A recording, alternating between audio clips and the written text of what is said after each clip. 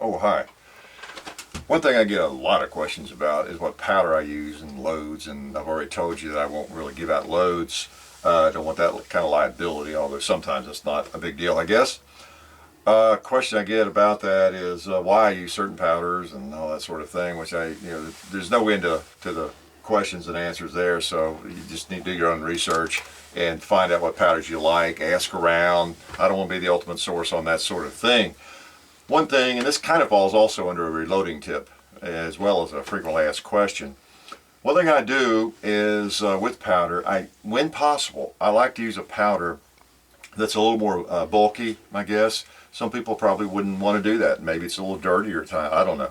I use a powder that, if I can, when I put it in the case, which I'll put some in this case, it's pretty easy to see.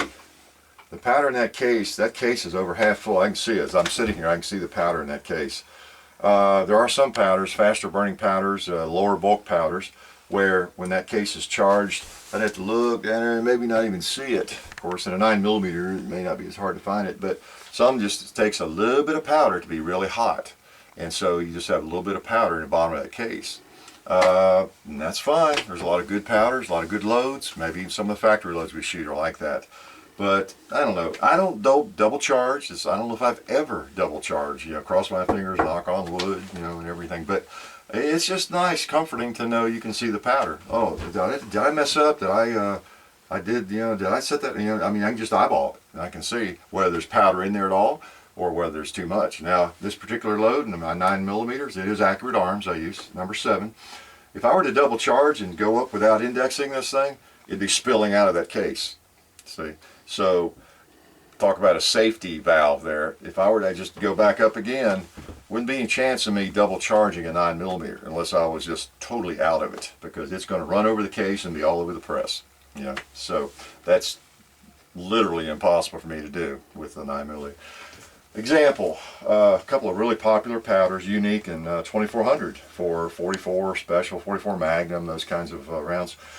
Both really good powders. Alliance Unique and 2400, I'm kind of estimating, but it's say in a 44 bullet cartridge, about half of this powder equals the same, well, let me put it this way, about 20 grains of 2400 somewhere close to about 10 grains of this powder. Okay, that's not exactly right, but it takes about half of this powder to equal the power. Okay, so when you're loading in a big 44 case, you've got a pretty nice little charge of Unique. It's a good powder. A lot of people use it. I do. For some of my 44s. You've got to look down there to find the powder. Okay? This powder is kind of like the accurate arms.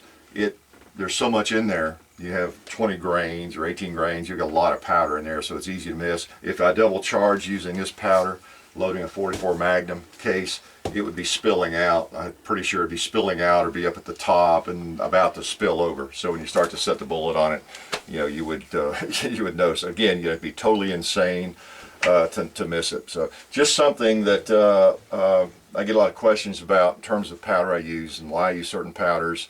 So all else being equal, if there's a couple of good powders, I recommend using a little bit bulkier powder. Just another way to be safe.